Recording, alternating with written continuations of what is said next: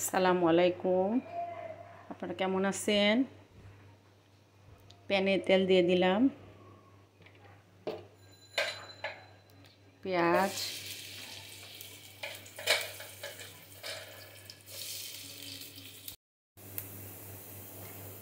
ভাজা হয়ে গেছে। হলদি, মরিচ, ধনিয়া, পেঁয়াজ, রসুন বাটা আর লবণ দিয়ে দিলাম।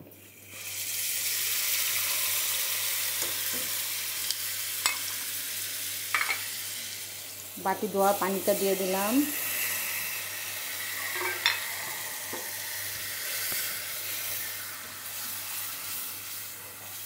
মশলাটা ভালো করে কষাবো। মশলা কষানো হয়ে গেছে। এখন জালি কুমড়া বা আমাদের গ্রামে বলে কই কুমড়া, এটা ভেজে ফেলেছি, এটা দিয়ে দিব।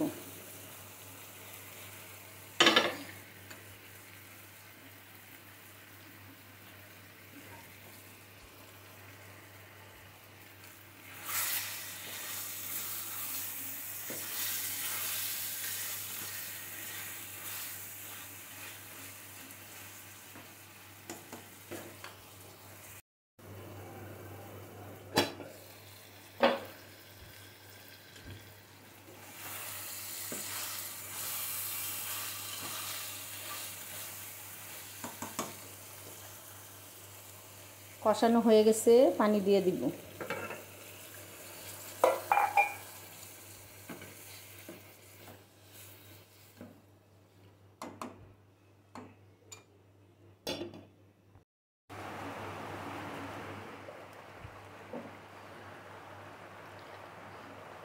আমার তরকারিটা সিদ্ধ হয়ে গেছে।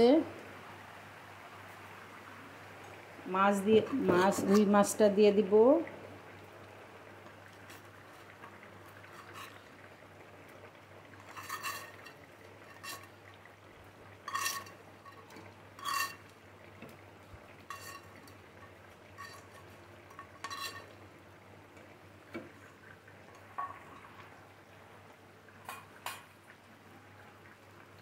ধনেপাতা দিব, অল্প ছিল অল্পই দিব, আর কাঁচামরিচ দিয়ে দিব।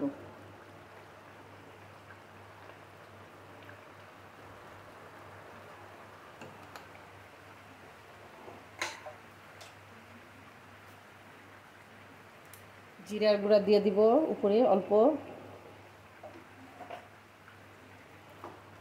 হয়ে গেল আমার রুই মাছ দিয়ে কই কুমড়া বা জালি কুমড়া। আমাদের গ্রামে এটাকে কই কুমড়া বলে, কচিটাকে কই কুমড়া বলে।